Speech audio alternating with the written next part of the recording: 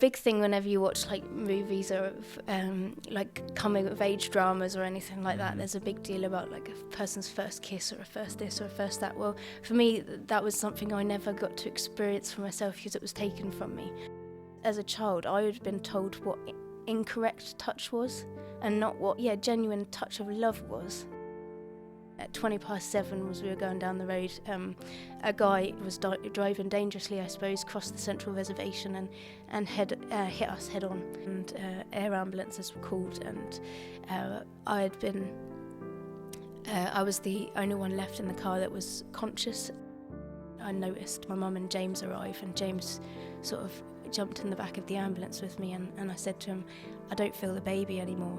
However, my dad, he didn't make the accident. The years going past, I had to deal with the anger I had with God, the anger I had with my dad for leaving, which seems like it doesn't make sense, but it did to me, and the very real anger I had towards the man that took my dad's life. Some people, when they're in depression, some people, when they feel like they want to take their life, it's a call for help. Well, for me, I'd got past that point, and it was an intention. I made a plan. And I took a really large overdose. There is nothing more isolating and lonely and hard than the pits of depression. If we in any way can relieve that in somebody else, or we can find help while we're in that moment, do it, because life is too short.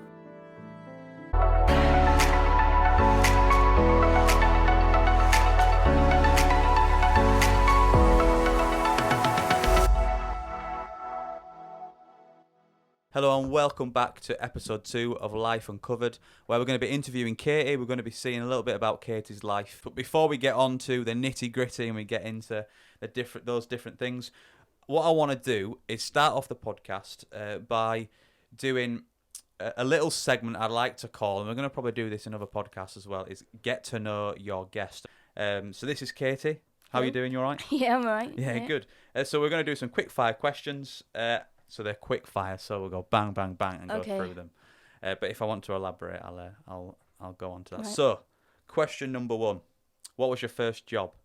I used to help in a swimming pool, help little kids how to swim. First job? Yeah. Wonderful. What is your favourite month? Oh, January. January. Why? Yeah, it's my birthday. It's your birthday. What is your favourite animal? Oh, dog. Why a dog? Well, I would say like an elephant because I find them really interesting, but a dog, have a dog, see it every day. Yeah. If you could have a pet elephant, would you? No, absolutely not. No? I used to get called Dumbo in primary school because of my ears. So I have a love-hate relationship with elephants. But anyway, who is your hero? Oh, my mum. Your mum? Yeah. And why is your mum your hero? Because she always puts everybody else before herself, and she is very caring, sort of holds everything together for everybody. She's just a really lovely person. That's a good reason for your mum to be a hero. My mum and dad are my heroes. Yeah. Anyway, let's get past the cheesiness from myself. If you had to change your first name, what would you change it to? Oh, that's really difficult. First name pops in your head. Sorry, I don't know. I'd go Boris. Boris. Don't know why. Boris. First name popped in my head. You have to give me a second. Should I give you one? Yeah, go on then. Just give me one. Rochelle. Rochelle. Yeah. There you go. Rochelle. So there you go. What has been your favourite age in life so far? I think it would be now. Now? Now, yeah. Now. Yeah, you don't have to reveal your age, but this age right here, right now. Yeah. I don't like the age that I am, but I like the time that I'm in right now. Absolutely. And last quick fire question: what is your hidden talent? Oh, I don't know. Not really sure. I'm not really sure I'm one of those people who's sort of found it yet. Like. Are you sure? Yeah. Just positive. Yeah. So you don't think woodwork might be your? Well, I give it a go, but I don't think you could say I have a natural talent there. I just try. Okay. Wonderful. So now you might know a little bit more about Katie from those quick fire questions. What we're going to do now, Katie, is go through some would you rather questions. All right. Now these are going to be weird and wonderful, a little bit like me, just a bit weird. Would you rather have the ability to see 10 minutes into the future or 150 years into the future? 150 years, yeah, definitely. Well, that's a really stupid question, isn't it? Because why would you want to see 10 minutes into the future? Yeah. If it's 10 years or 150 years, I'd say 10 years. Let's change the question. Yeah. Would you rather see 150 years into to the past, or 150 years into the future? Into the future, definitely. Into the future. Yeah. I think I'd agree with that one. Because why would you want to go back and see what's already happened? Well, I suppose if you go back, you see where you're from, but if you go forward, you true. see what you made. So. True. That's true. Oh, I don't know what I'd do, actually. Anyway, I'd probably go into the future as well. Would you rather have telekinesis? I had to read that. So that's the ability to move things with your mind. Okay. Or telepathy. I think that's how you say it. Right. The ability to read minds. Oh, I like that one. Yeah. The read minds. That one, yeah. I think I'd love to just move things with my mind, because if I'm just sat there and I want a pick and mix, or I'm sat there and I want something, it can just come to me. Yeah, but think about it, like you'd be able to get yourself into some funny situations if someone was thinking something about you and they didn't want you to know, and you were able to reply to them. That would be quite funny, wouldn't it? It's true, but what if every person you met thought of all the insecurities that you have about yourself, and they're thinking those same things? Oh dear, it'll be time for new friends. Absolutely. That's what I thought. What happens if the people that you actually love and think love you, actually in their brain, they don't, they're just using you? Oh dear. Anyway, that's very sad. It's very sad thought, isn't it? Maybe it just reveals what's going on in my head. No, I'm only joking. I think I'd rather move things in my mind. Would you rather be chronically underdressed or chronically overdressed at an event? Underdressed. Underdressed. Yeah, I agree. Yeah. I agree. Even if I was off to see the king, I'd rather be underdressed. Yeah. Because he'd still look at you. Well, I don't know, maybe he wouldn't. I don't know. Would you rather lose your sight or lose your memories? Oh, sight. Sight. Yeah, I'd agree with that one. Would you rather have a mullet haircut Oh no. or a ponytail haircut? Ponytail. Ponytail. Yeah. I'm not a fan of the mullet. I think I could rock a ponytail, you know. Yeah. I think I could. You'd have a man bun? Yeah, I could have a man bun. Yeah. I think I'd have it nice and long. Yeah, would you keep the curly bit at the front if you had a man Yeah, bun? keep the curly bit there and then just have a long ponytail there. That'd be funny. I might do that now. There you I might do go. it. Sorry, Hannah. Yeah, I'm not sure what she would think. Would you rather chew your toenails off, or would you rather chew someone else's fingernails off? Oh. And you couldn't choose the person's fingernails, so it could be like someone who's got really nice fingernails, or it could be someone who scratches like the leg or the bum with the fingernails, and you got so it's either that I or think you your lose toenails. both ways, but I think I'd have to go for my own toes. Yeah, because you know where your toes have been. Yeah, you can wash them first. But my toes aren't the best. Yeah. I play football, so I've got Anyway, Yeah. we won't go into my disgusting toenails. Would you rather? This is similar to the other one. But would you rather go back in time to meet your ancestors, or go into the future to meet your great grandchildren? Oh, great grandchildren. Great grandchildren. I'd quite like to meet my ancestors. After the other podcast with Dad, it'd be nice to be a fly on the wall and to see them what they were like before. Yeah, but you might find you might find they're just a bit yeah. You might just think I actually don't like these people. well, they might just be a little bit kooky, mightn't they? Yeah, that's you true. never know. But Yeah. then I suppose it would explain your own behaviour. Yeah, exactly. It probably would. Yeah, so I probably already know what they're like. So last question before we get into the rest of the podcast. You're on death row. Yeah. All right. You have done something. You've done some heinous crime. You're on death row. What is your last meal before your execution? It would have to be lasagna and chips. Maybe some garlic bread on the side. Lasagna. Good and lasagna, chips. yeah. Lasagna and chips with some garlic bread. That's what that. If I go to a pub and get a pub meal, or go to a restaurant, Yeah. that always. Yeah, that's usually my tickles my fancy. staple. Unless I'm trying to like challenge myself to try something new, and then it could be very disappointing. So it's better to go for lasagna. I think now, listen to this for a death row meal. Okay, I would have a McDonald's wrap, Oh. a McFlurry from McDonald's, and a large Fanta. I would have popcorn chicken from KFC.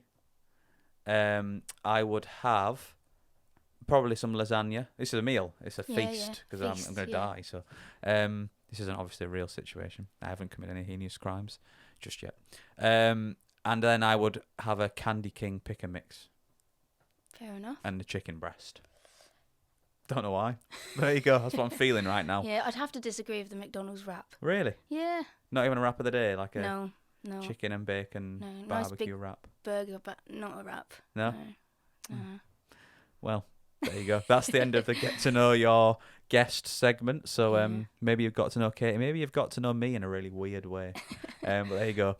So just before we get into the nitty gritty stuff, would you be able to just give us a real brief introduction to who you are, but also your upbringing? So who you grew up with, how many people you've got in your family, etc. Yeah. So I grew up in Colchester, not very far from here. I had my mum and my dad and a younger sister and a younger brother. Mm-hmm. And we always had a dog. We always had a family dog.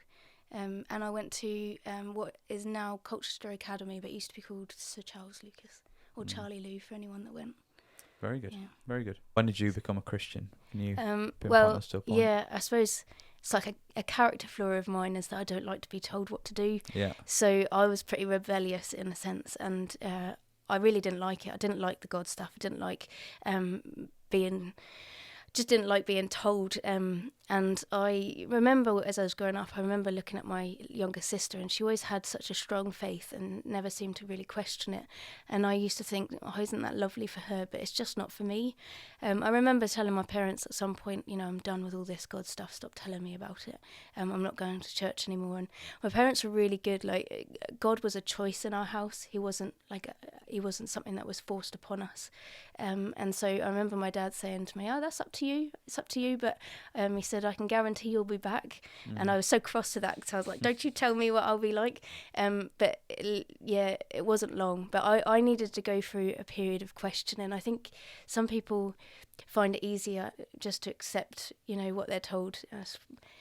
And some of us more annoying people, I suppose, really need to grapple with it and wrestle with it.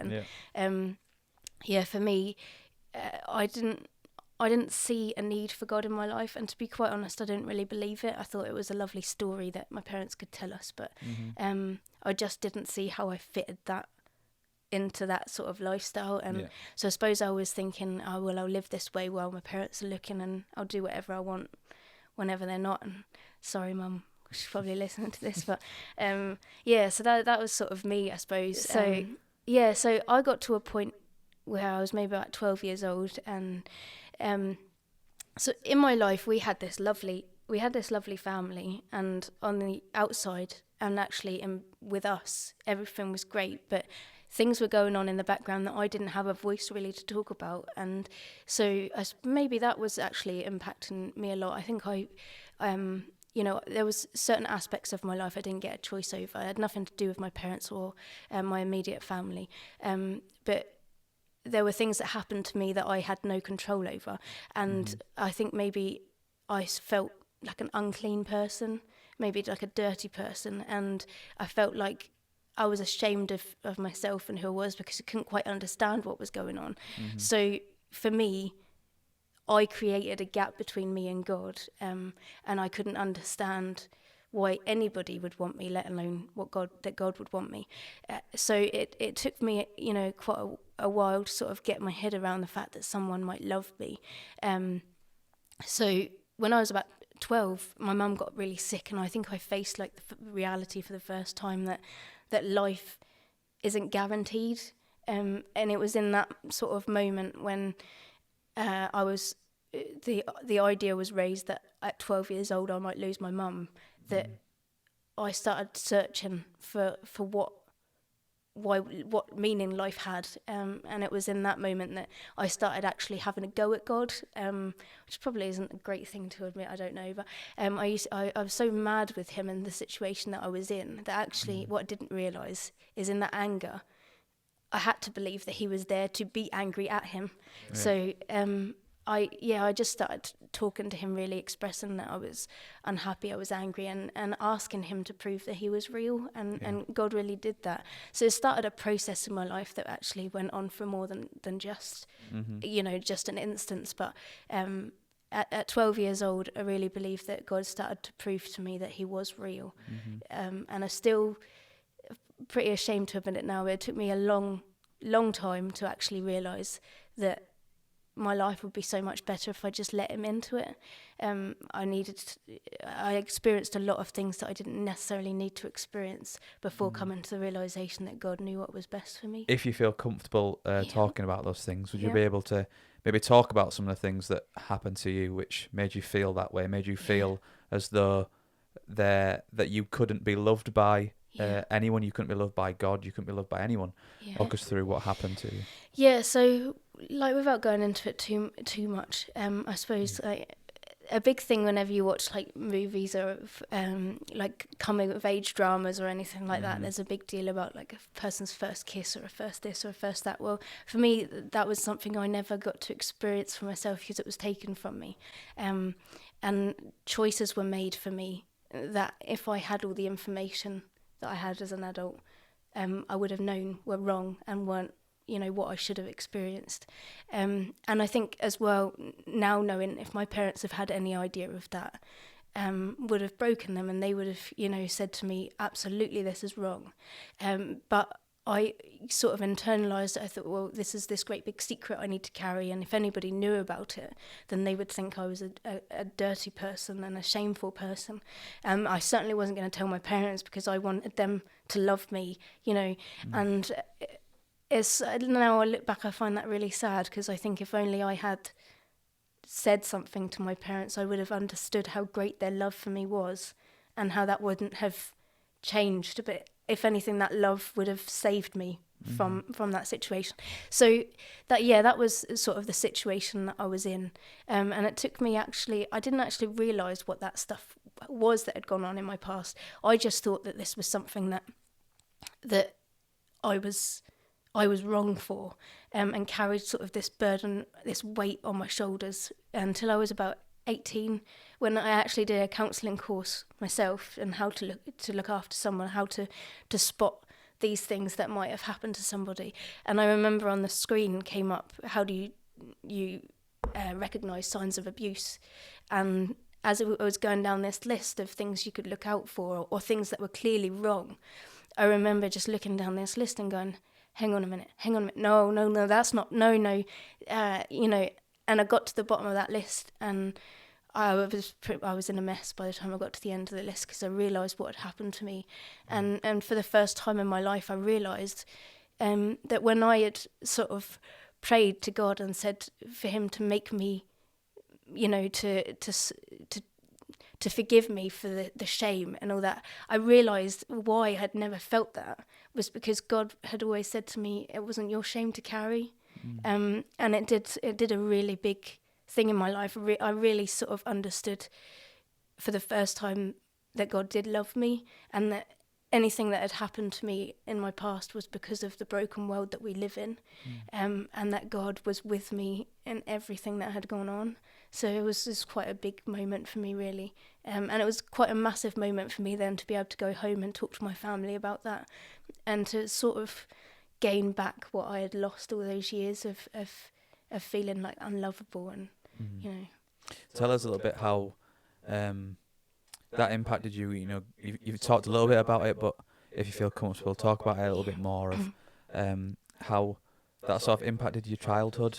You've mentioned to me before that you weren't necessarily a happy child, a bubbly child, that had quite a sad upbringing, which sort of, not upbringing, but a sad,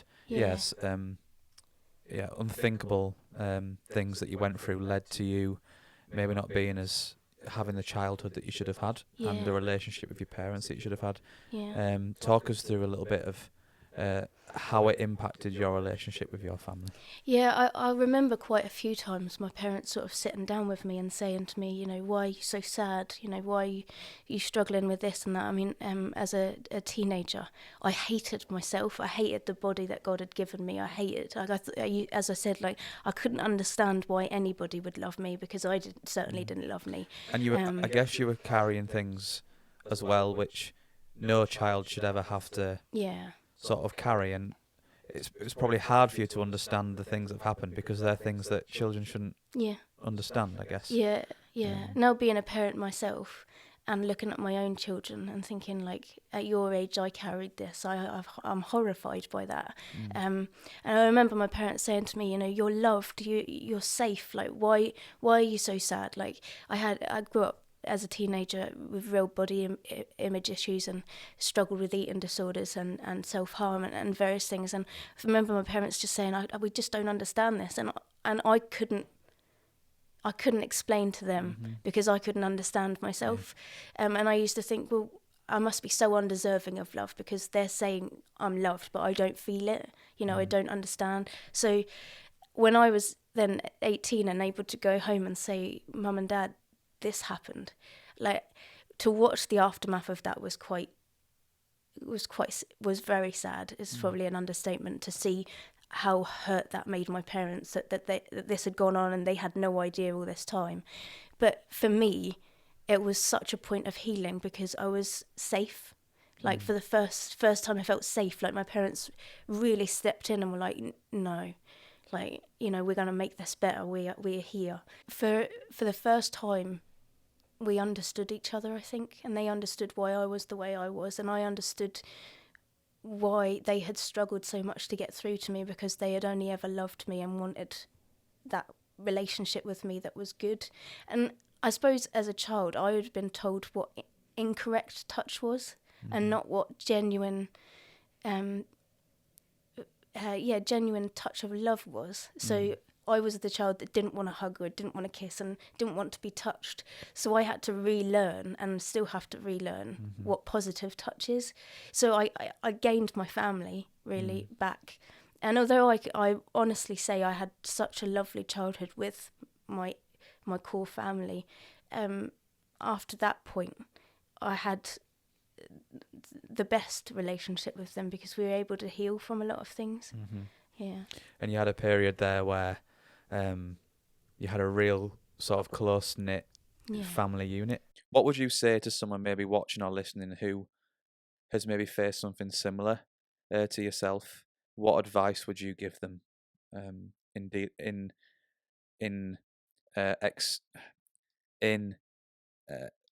being open to talk to people about what has happened to you?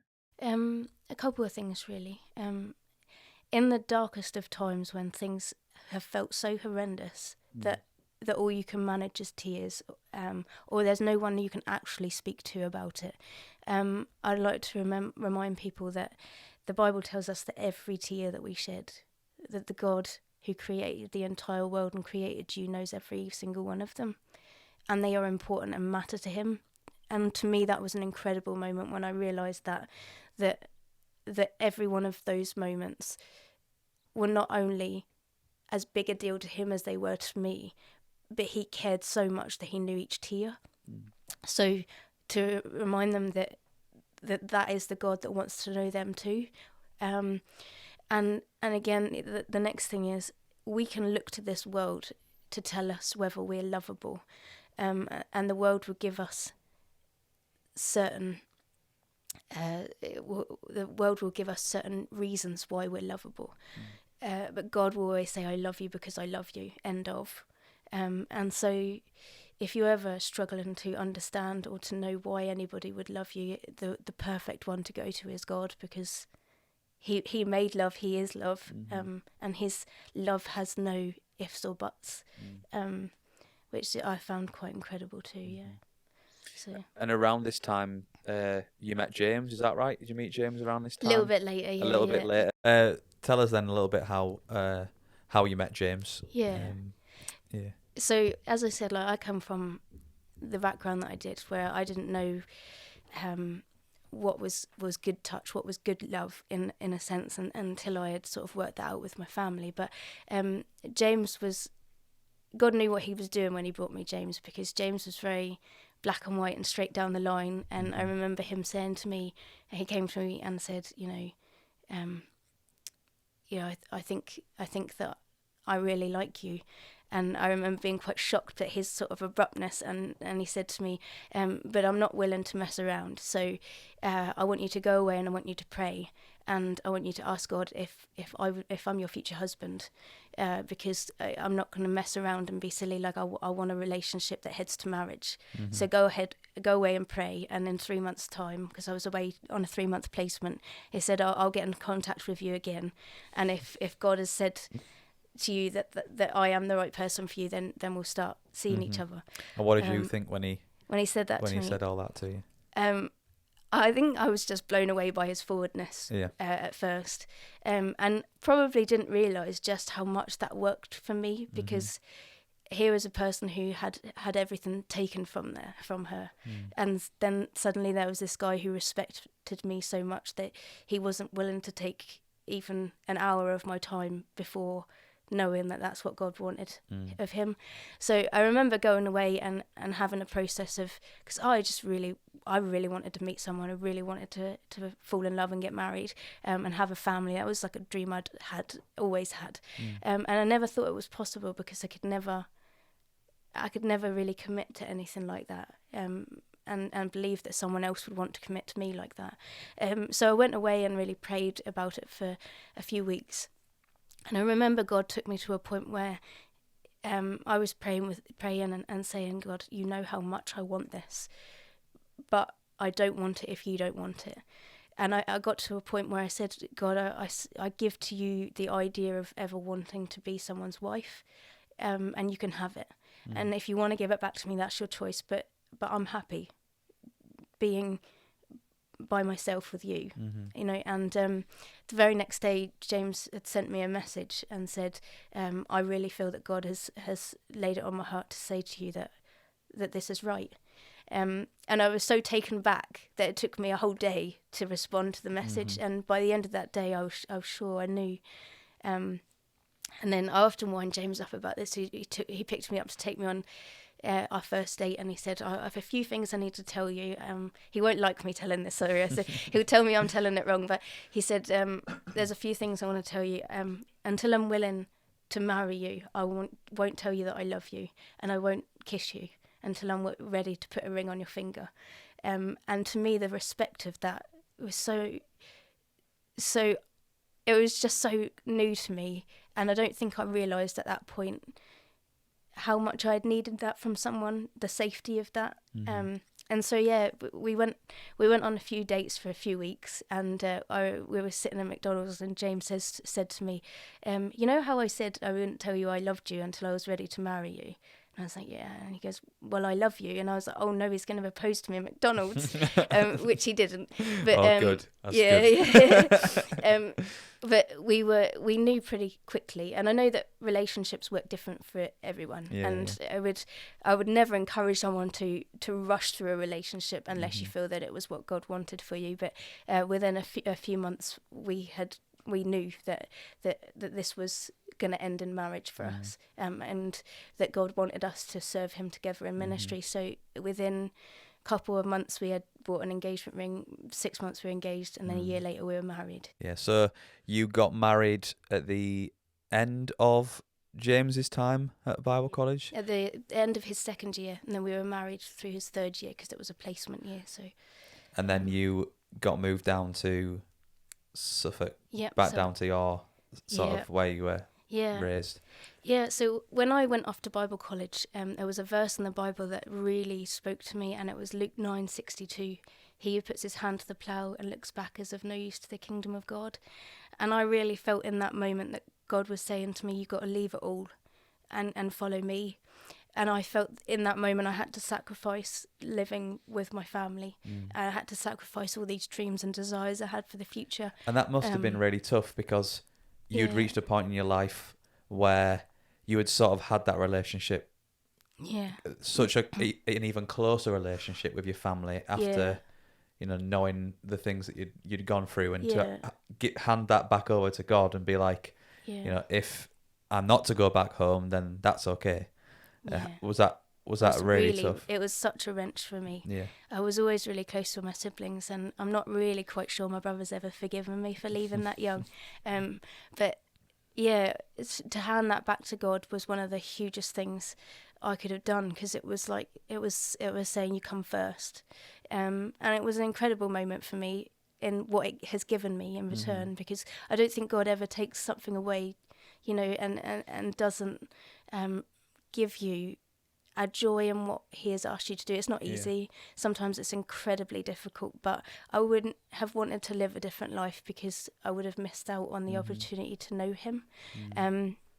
So then when we got married and we were asked to go back to where my family were, I couldn't believe it. I thought, this can't possibly be true. God has asked me to leave it. And it was like he'd asked me to leave it and then given it back to me, knowing that it had its rightful place in my life. And discovering that you were expecting as well, how was that? How full of joy were you? Were you then at that time? I suppose up until the point when I'd met James, not a whole lot had gone right for me in my life, and one of the only dreams I'd ever really been passionate about was being a wife and a mum, and I never knew or never believed I would ever get that. So then to finally hear that I was that was just incredible to me. I was like, I'd lived my life always feeling like I was losing everything that I loved. And then finally here was something that I'd always dreamed about and I was being given. It felt too good to be true almost. So you're down in Suffolk. You're near your family. You're starting your own family, starting ministry. And you have seemed to have such a close relationship with your family and with your family unit. Can you tell us how many years that went on for until the sort of real tragic moment that happened in your life and in your family? How many years did you have that sort of harmony for? So I told my parents, and we sort of started to fix everything around 18, 19, sort of turning 19. And everything changed in my first year of marriage. So we didn't even get 1 year of marriage, and I was 22. So James and I moved in the December. In the December. Moved in the December, and I lost my dad in the February, 2 months. So, and it was out of the blue, out of nowhere. It was a car accident that was pretty horrific.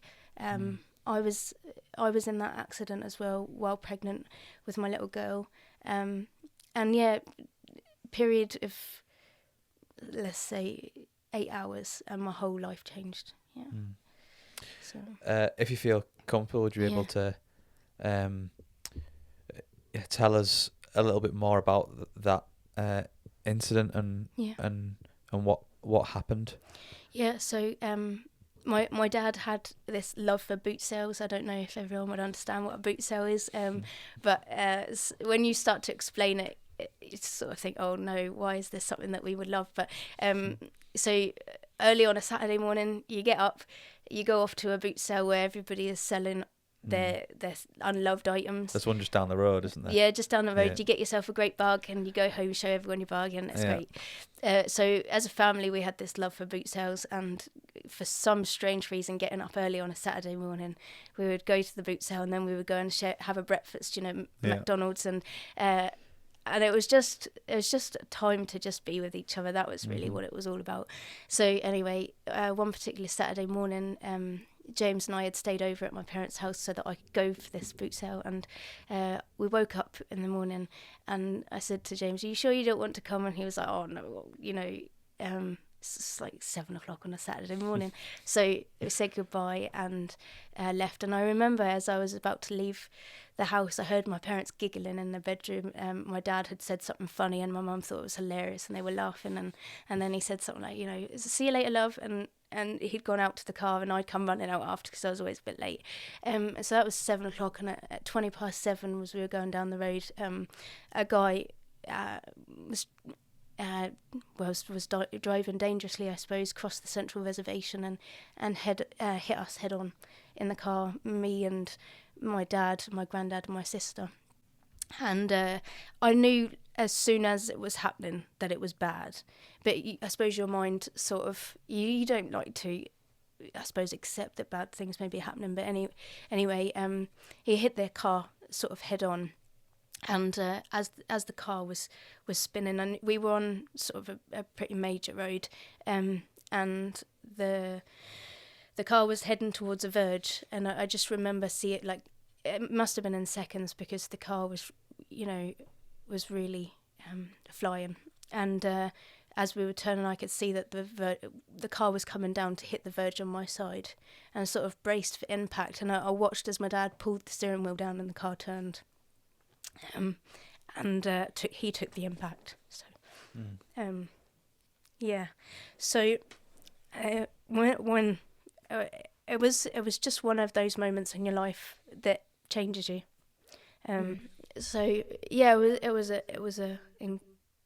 a huge moment in our lives, and air ambulances were called, and I was the only one left in the car that was conscious, and I was sort of trying to deal with all of this. And I think still at that moment, I had this belief, everything's going to be all right, everything's going to be fine. This can't possibly end in any other way than us being fine. Like, we're the Stevenses, we'll be fine. We're always fine. Everything always goes wrong, and we're always fine.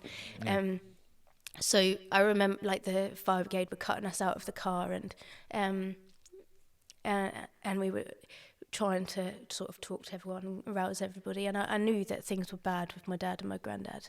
My granddad was trying to work it out now. He was 82, so he wouldn't like me saying this now. He was pretty old.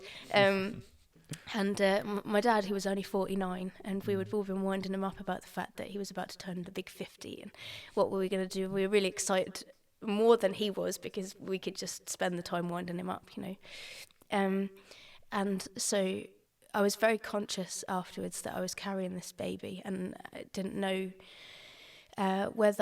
whether she was okay. And so we were put in the back of the ambulances, and we were told that my dad and my granddad would be airlifted to various hospitals, and that when we arrived to the hospital we were going to, that a trauma team would be waiting for us.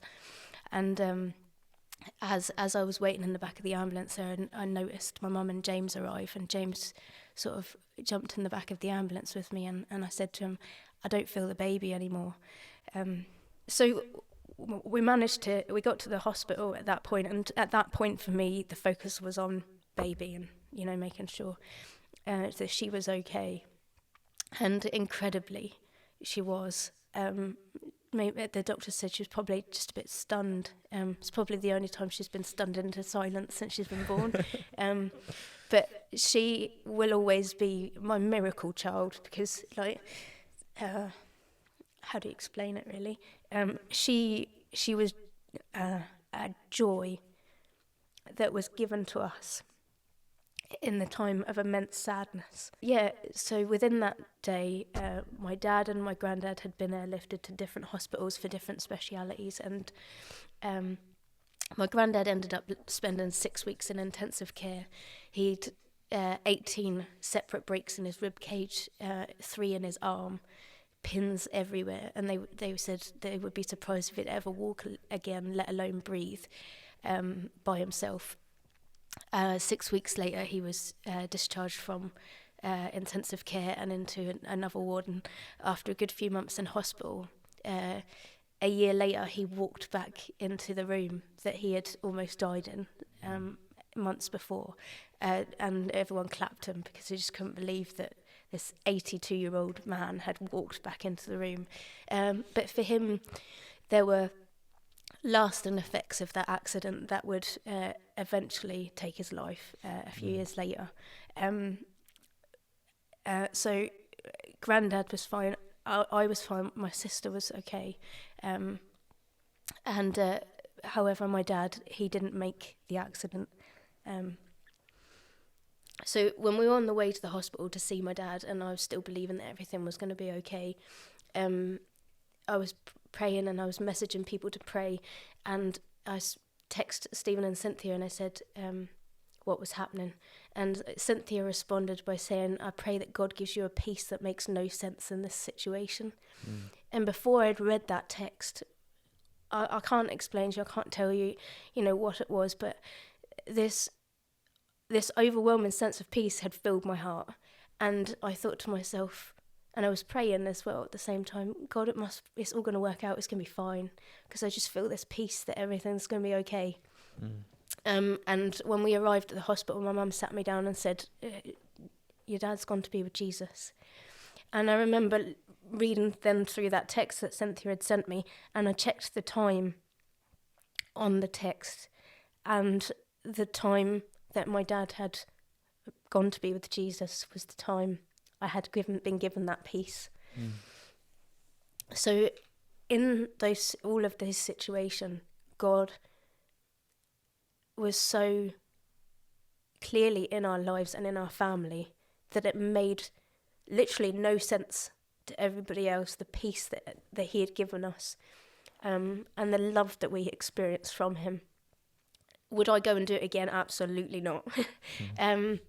But to have lived through that and experience God in that was pretty incredible. So yeah, as I said, we left the house at 7 o'clock in the morning, and we arrived back at the house at about 8 o'clock at night after saying goodbye. And that probably for me, as I said earlier, there were points in my life where I questioned God and couldn't believe, all of the things that I'd kind of gone through up until this point. I finally got my life together, and then here we were, and I didn't understand it, and I was angry. And if people ask me, I often say that it was probably the biggest challenge to my faith that I've ever experienced and hope to ever experience in the future. I can't really explain the anger that I felt. I felt so...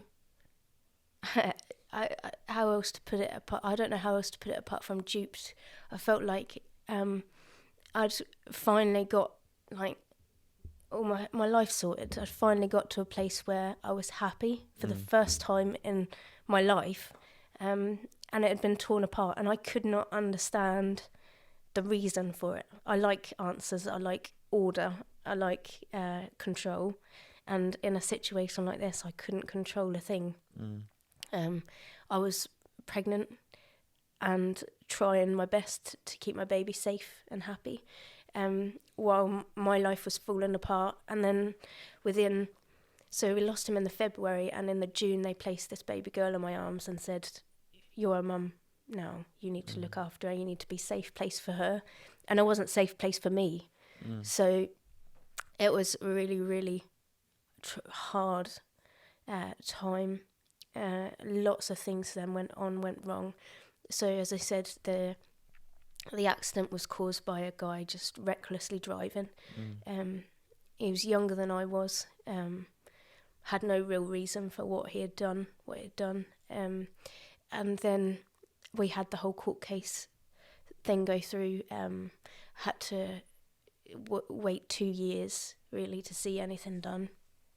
And then we sat in the court as they gave him 4 years for taking my dad's life. And then that 4 years, it would be he'd get 2 for good behaviour, and 1 out of those 2 years he would get 1 in an open prison. So he'd get 2 years in prison for ending my dad's life at 49. And his argument was that he shouldn't have to serve any time because he had a daughter who needed him. And so the anger from that probably as well added to the whole thing. So yeah, then in the years going past, I had to deal with the anger I had with God, the anger I had with my dad for leaving, which seems like it doesn't make sense, but it did to me, and the very real anger I had towards the man that took my dad's life. And I was of the opinion that you sort of push it down, and you have a stiff upper lip, and you pretend to everybody else that everything is fine, and you fall apart at home. And sometimes you don't even tell your husband about that because, we've got ministry to do. Yeah. I'm the wife of a preacher, and nobody needs to know that I'm angry at God.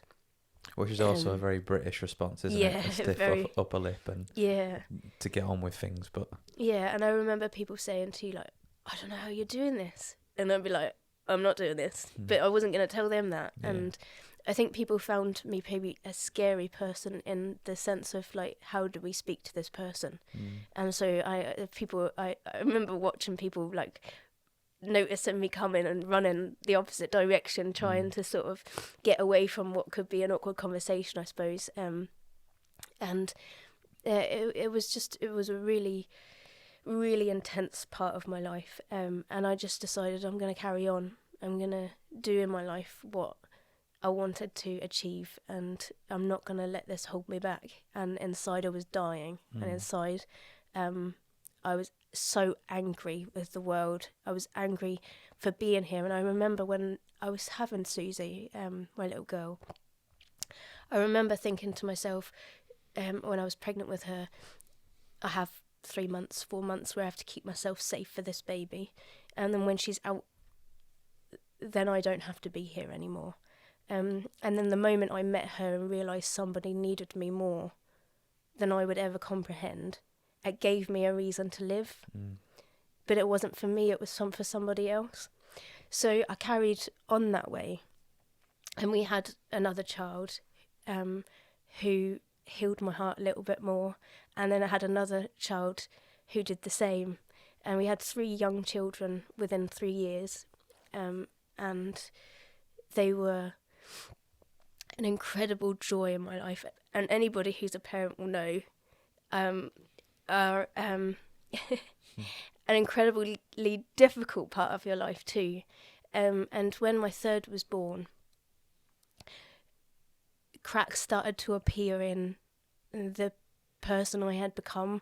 I was someone who controlled everything externally because internally there was no control. You know, I was in ministry with my husband and trying to support him in his work while not feeling I could tell anybody else what was going on in my life, because I didn't want to jeopardise what people would think of him or me, or and I didn't know how to rescue the relationship I had with God. I didn't know how to process all these feelings. And then when my third came along, I was so used to controlling every aspect of the children to keep them safe and to keep them away from this big bad world that had taken everything from me. And then he got sick, and people were saying to me, it's possible meningitis, and there was nothing I could do about that. And all of a sudden this sort of, I suppose, facade of being able to control everything started to crack, and I realised that it didn't matter how hard I tried to protect the people I loved, I couldn't do it.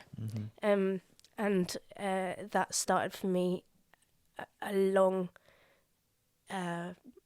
very big mental break that apparently would have come out at any time, but was a time where it came.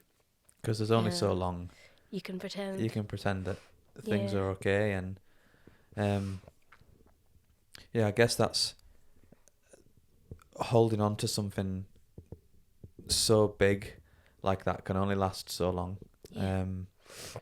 And trying to hold together, having 3 kids and a family and all the things that are going on around you, it wasn't, you needed someone, didn't you? You needed someone to speak to, not necessarily someone like James or a family, but just someone you could speak to and get all these things out. At what point were you able to you able to let go of some of the things, to let go of this? I can't even put it into words. To let go of this tragedy that had happened in your life. Not let go of that, but let go of the anger, maybe. Well, I think, like, when you go through something like we went through, you have to find a silver lining. And for me, my dad loved people. He loved to get to know people. He loved to care for people. And I think if he could leave a legacy behind of anything, I think it would be that he would want people to see God and what he had to go through. And And so that's why I talk about it, I suppose. Because if it wasn't for God, there is no way that any one of us would be standing, I think, is the truth. I just got to a point, had a really small baby and 2 toddlers. I woke up one morning and I just couldn't get out of bed. And I remember hearing people say that before. And this is to my shame. I had always known what depression was. I'd always felt some element of it before in my life, in quite strong ways, but never to the extent of this before. And I always used to think when people said, "Oh, I can't get up or I can't do," I used to think, no, you can. Come on, you just have to try. And I'm so ashamed of that now, because in that moment, there was nothing I could do. My body had completely given up. And I remember praying and saying to God, I'm so done with the pain of living. And I said, I just want to be in heaven. I just want to be done. In those moments, even though I was so cross with God, even though I'd pushed him away for like 2 years at this point, he was so present in that darkness. But I got to a point with some people when they're in depression, some people when they feel like they want to take their life, it's a call for help. Well, for me, I'd got past that point, and it was an intention, and it was a plan, and I was at a point when no one was going to stand in my way, and even God. I told God, I'm done, I'm checking out. I've given you 2 years to take me home, and you haven't done it, so I am. And looking back now, it's very hard to sort of understand that my mind had got me to that point. I had 3 wonderful children and a husband who loved me. But my brain had convinced me that if I loved anybody at all, the best thing I could do for them was to remove myself from that situation, because it was just too hard. Around...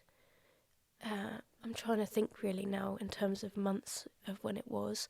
But I think it was maybe January or February time of the year after I'd had my 3rd child. I made a plan and felt that I had made a pretty good plan, to the point where that nobody would be able to stop me from going through with it. I took a really large overdose, and I don't really know how this sounds really, but I was looking forward to the release, and obviously I'm sitting here today, so I wasn't successful, and I remember my mum and James coming back to the house, and then I remember nothing until 3 days later when I woke up in the hospital. And I remember waking up and looking at the ceiling and being angry that it hadn't worked. And I remember saying, God, I told you I was coming home. In that moment, I very clearly felt God say, no. No, it wasn't your time. I then remember James and my mum coming to visit me and realising what my choices had done to them and seeing that. And even though at that point I didn't believe it, because my brain had become so powerful in the depression to have me convinced of all sorts of things, I saw the pain I had caused other people and I didn't like it. And I remember saying to Mum and James, and to the kids, obviously they wouldn't have understood at that point, but saying, okay, I'll give everything I can to get better, because you don't deserve this. So I then went into a hospital for 4 months, where I had like the most intense period of counselling and help externally, help with medication, and I had 4 months to breathe, where I really questioned God and where he was. And when I speak about this, I think, who do I think I am? Like, this little girl who was born in Colchester goes to the God of the whole creation, the whole world, and says, what have you been playing at? Like, I feel like, who am I to say that? And yet God was so patient with me still. And he did everything to slowly win me back. And what a privilege that is, you know. So, yeah, I mean, it's now been 7 years since I lost my dad. And God has worked so powerfully in our lives, and so powerfully in the healing of making it so that, for me, that I want to get up every morning. He's provided me with 4 incredible children, and a great husband, and a life that I couldn't possibly imagine wanting to miss out on. Do I still miss my dad? Absolutely. Do I understand everything that happened? No. But what I do get now is that in every moment that this broken world brings to us that are really hard, God steps down into it and walks with us. And now depression will always probably be something in my life, and I will always have the experiences that I had. But now I hope that with what we have gone through as a family, what I've gone through, that God might be able to show other people just how great his love is, and how little we have to do to get it and to achieve it. One last question I'd like to ask. Yeah. How much importance do you put on speaking about the things that you've been through, and speaking about your feelings and mental health? How much importance do you place on counselling when people go through situations which they have no control over and no say in, and have all this pent up frustration and anger and so many mixed feelings of emotions? How much importance do you place on that? We don't have very many years in this world, and to live them suffering unnecessarily is so desperately sad. God promises us that things are going to be really tough, and he says, I will be with you, but they will be tough. You live in a broken world where sin creates spaces where life is difficult. But he gives us tools. He gives people the gift to help in that situation. And I think that we need to learn to be really open and honest about it, because why on earth would we struggle in silence when so many other people have the same shared experience as us, and we can come together and support each other and share with each other the experiences we have and how God has helped us. There is nothing more isolating and lonely and hard than the pits of depression. And I think if we in any way can relieve that in somebody else, or we can find help while we're in that moment, do it, because life is too short and too painful to do it alone. So Katie, thank you for coming onto the podcast and being so open and talking about how God has helped you in really difficult circumstances, and just being really open with all the things that have gone on in your life. If you've listened to this podcast and you've enjoyed it, then please give it a like, please give it a rating, pass it on to people, go out and share this podcast to people. If you're watching this on YouTube, for the people who are watching it rather than listening, then subscribe, give it a like, and give it a comment. So thank you very much for listening. Thank you.